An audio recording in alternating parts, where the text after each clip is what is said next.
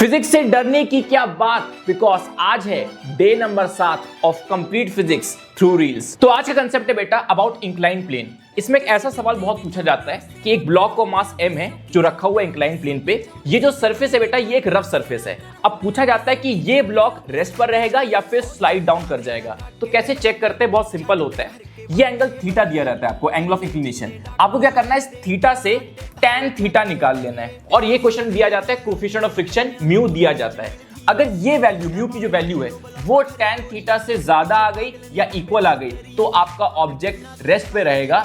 अगर mu tan theta से कम आ गया तो आपका ऑब्जेक्ट स्लाइड डाउन कर जाएगा, तो आपका ऑब्जेक्ट मूव कर जाएगा। तो ये समझ याद रखना, म्यू की वैल्यू tan थीटा से ज्यादा या इक्वल होनी चाहिए तभी ऑब्जेक्ट रेस्ट पे रहेगा। अगर म्यू tan थीटा से कम हो गया तो ऑब्जेक्ट आपका नीचे शूम करके गिर जाएगा। चलिए अब एक नीट का पीवाईक्यू करते हैं। A block of mass 2 kg is placed on inclined rough surface AC of coefficient of friction mu. If g is equal to 10, find करना है net force on the block will be.